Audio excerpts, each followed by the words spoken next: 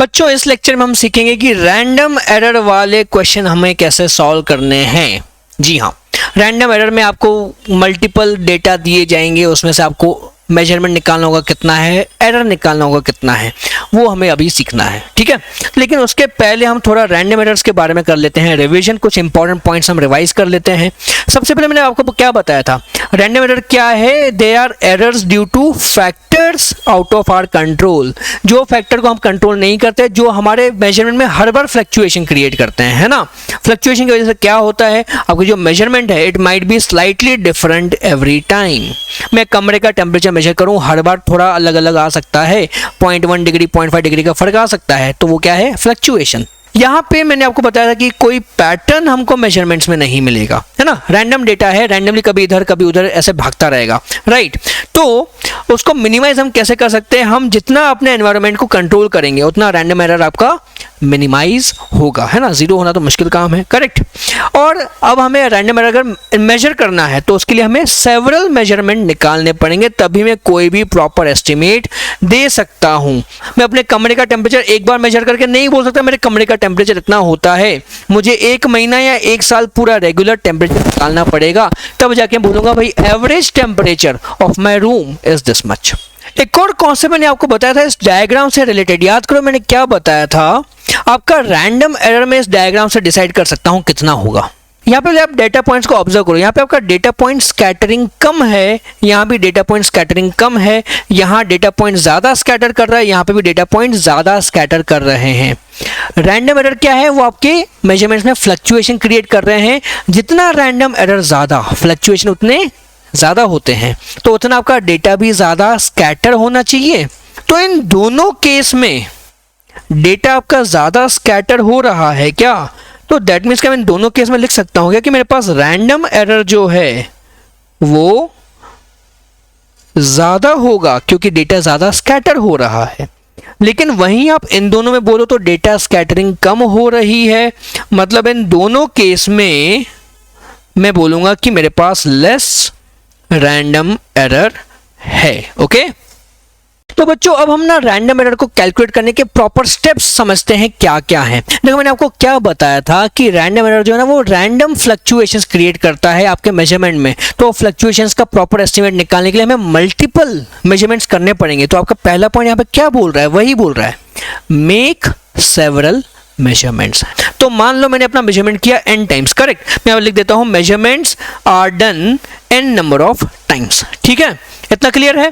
तो मान लो हर एक्सपेरिमेंट में आपकी वैल्यू कुछ कुछ अलग आ सकती है। जैसे मान लो मैं रूम का टेम्परेचर निकाल रहा हूँ, आज आया 25 डिग्री सेल्सियस, कल आएगा 26 डिग्री सेल्सियस, परसों आएगा 25.5 डिग्री सेल्सियस, उसके एक दिन बाद थोड़ी ठंड बढ़ गई ज़्यादा तो 23 डिग्री सेल्सियस हो गया, फिर वापस से आ गया 20 डिग्री, फिर आ गया 25 डिग्री। तो मेजरमेंट्स वैल्यूज चेंज हो रही हैं। तो आपकी जो वैल्यूज आ रही हैं, मान लो फर्स्ट एक्सपेरिमेंट की वैल्यू आ गई आपकी A1 आ गई, सेकंड एक्सपेरिमेंट की वैल्यू आपकी आ गई A2, थर्ड एक्सपेरिमेंट की वैल्यू आ गई A3 एंड सो ऑन। आप बढ़ाते जाओ तो n नंबर ऑफ टाइम्स आपने एक्सपेरिमेंट रिपीट किया है।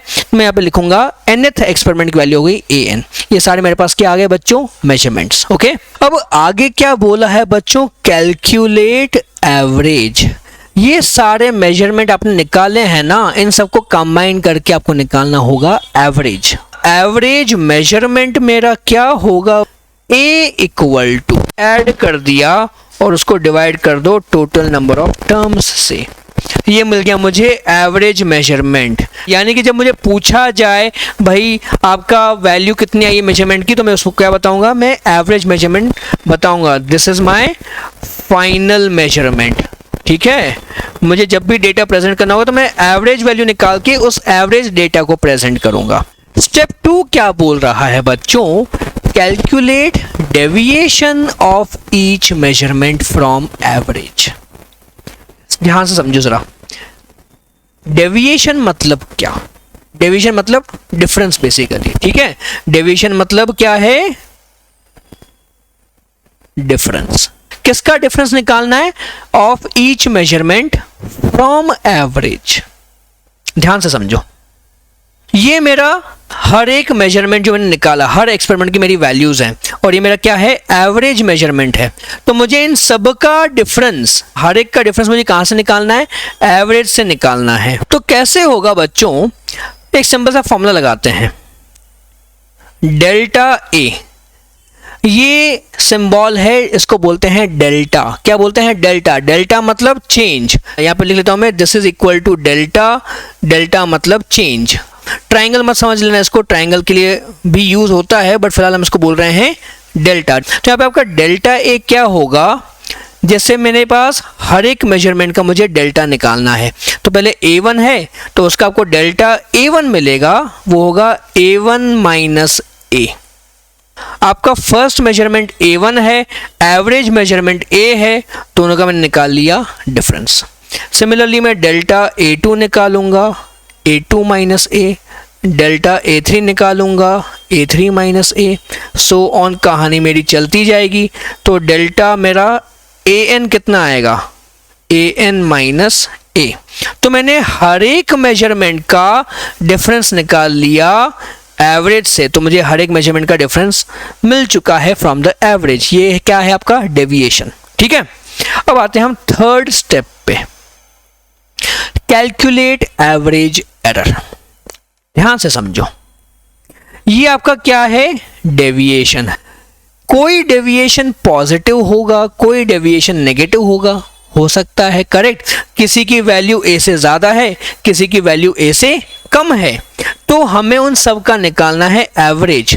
एवरेज एरर आपका हो जाएगा क्या, उसको मैं लिखूंगा डेल्टा A मीन। क्या लिखेंगे, डेल्टा A मीन या फिर एवरेज। मीन मतलब average, that is equal to what, ध्यान से समझो, डेल्टा A1 की मॉड वैल्यू, डेल्टा A2 की मॉड वैल्यू, सो ऑन सबकी मॉड वैल्यू को हम ऐड करेंगे, ये AN है, और डिवाइड बाय हम कर देंगे number of calculations, that is N।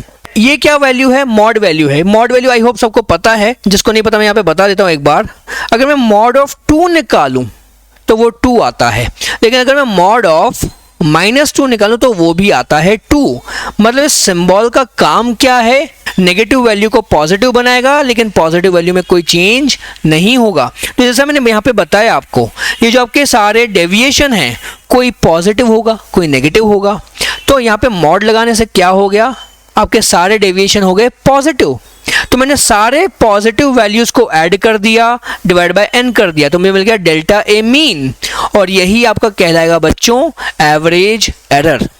तो अब जो मैं अपना मेजरमेंट लिखूंगा फाइनली, जो मेरा मेजरमेंट फाइनली कितना होगा बच्चों, मेरी जो एवरेज वैल्यू मिली वही मेरा फाइनल मेजरमेंट है, ठीक है। तो मैं यहाँ पे लिखूंगा A, लेकिन मेरा एब्सोल्यूट एरर क्या है जो मैंने यहाँ से अभी कैलकुलेट किया, तो यहाँ पे मैं लिखूंगा डेल्टा A मीन, ये हो गया मेरा एब्सोल्यूट एरर, ठीक है। अब अगर मुझे आप रिलेटिव एरर निकालना हो तो मैं यहाँ पे कर सकता हूँ। रिलेटिव एरर आपका हो जाएगा delta A mean divided by A, percentage error कितना हो जाएगा, delta A mean divided by A multiplied by 100। बस वही फॉर्मूला वापस लगाते जाना है। तो रैंडम एरर के बेसिस पे हम एक क्वेश्चन ट्राई करते हैं। ये क्वेश्चन आपकी एनसीईआरटी बुक में ही है, एग्जांपल नंबर 2.7 है। क्या बोल रहा है कि we measure the period of oscillation of a simple pendulum. Pendulum लटक रहा है, ऑसिलेट कर रहा है, उसका हम क्या निकाल रहे हैं, टाइम पीरियड निकाल रहे हैं।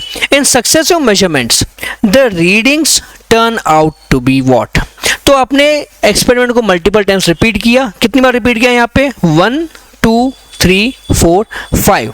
एक्सपेरिमेंट को 5 टाइम्स रिपीट किया, हर बार टाइम पीरियड ना कुछ अलग अलग आया है।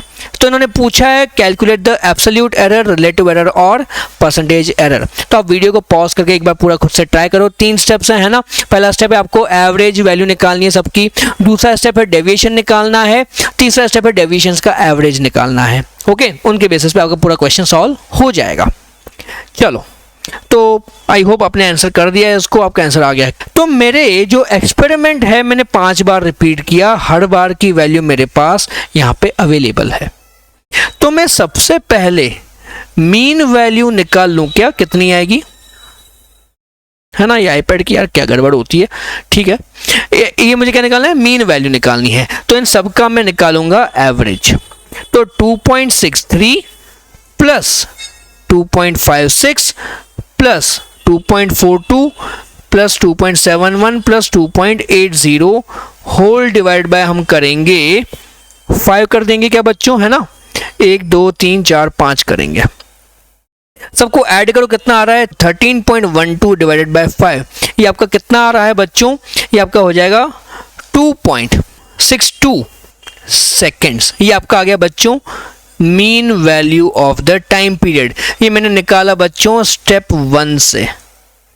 अब मेरा स्टेप 2 बोलता है कि मैं सबका निकालूं डेविएशन। तो डेविएशन मुझे कैसे मिलेगा, पहले मेजरमेंट को मुझे मीन से सब्ट्रैक्ट करना है, दूसरे को मीन से सब्ट्रैक्ट करना है, एंड सो ऑन। तो 1 बाय 1 कैलकुलेट करते जाते हैं।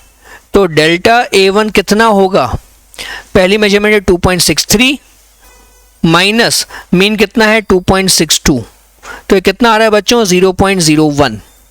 डेल्टा A2 कितना है, सेकंड मेजरमेंट है 2.56, ठीक है, माइनस 2.62 करेंगे तो कितना आ रहा है, ये आ जाएगा आपका माइनस 0.06 आ रहा है क्या।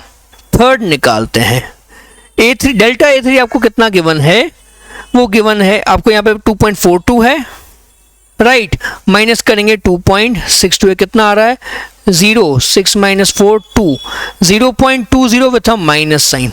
डेल्टा A4 निकालते हैं, तो फोर्थ रीडिंग आपकी 2.71 है, माइनस करेंगे 2.62, ये आ जाएगा आपका 0.09 आ जाएगा। फिफ्थ दिया आपको 2.8, तो डेल्टा A5 हो जाएगा 2.8 माइनस 2.62, तो ये आपका आ जाएगा बच्चों 0.18 आ जाएगा।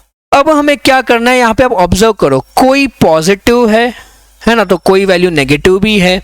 हमें इन सबकी सिर्फ पॉजिटिव वैल्यू लेनी है और उसका निकालना है एवरेज, तो वो करते हैं। तो स्टेप 3 में हमें क्या करना है बच्चों, डेल्टा A की एवरेज वैल्यू कितनी है, मुझे सबकी पॉजिटिव वैल्यू लेनी है, तो यहाँ पे 0.01 ले लें क्या, 0.01 प्लस माइनस 0.06 है, तो मैं माइनस साइन को इग्नोर करके सिर्फ 0.06 लिखूंगा। फिर माइनस 0.2 है, मैं सिर्फ 0.2 लूंगा, माइनस साइन को इग्नोर करूंगा। 0.09 है, प्लस 0.09 ले लो, और फाइनली कितना है 0.18, होल डिवाइड बाय कर दो बच्चों 5 कर दो, तो यहां से आपकी वैल्यू कितनी आ जाएगी 0.11 के बराबर। यही बन गई बच्चों आपकी एब्सोल्यूट एरर। क्वेश्चन आपको क्या पूछ रहा है, फाइंड एब्सोल्यूट, रिलेटिव और परसेंटेज एरर, ठीक है। तो एब्सोल्यूट एरर आपको मिल चुकी है, लेकिन इसमें मैंने यूनिट डाला नहीं, यूनिट भी डाल देते हैं 0.11 सेकेंड्स, यूनिट इज इंपॉर्टेंट।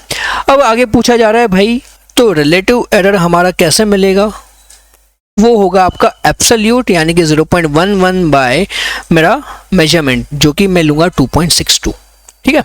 2.62 लेते हैं, इसको सॉल्व करोगे आपका ये वैल्यू आ जाएगी अप्रॉक्सीमेटली 0.04 के बराबर। देन फाइनली मुझे निकालना है परसेंटेज एरर।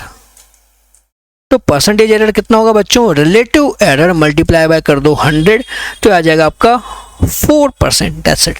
इस तरह से आपको रैंडम एरर के जो भी क्वेश्चन आएंगे सॉल्व करना है।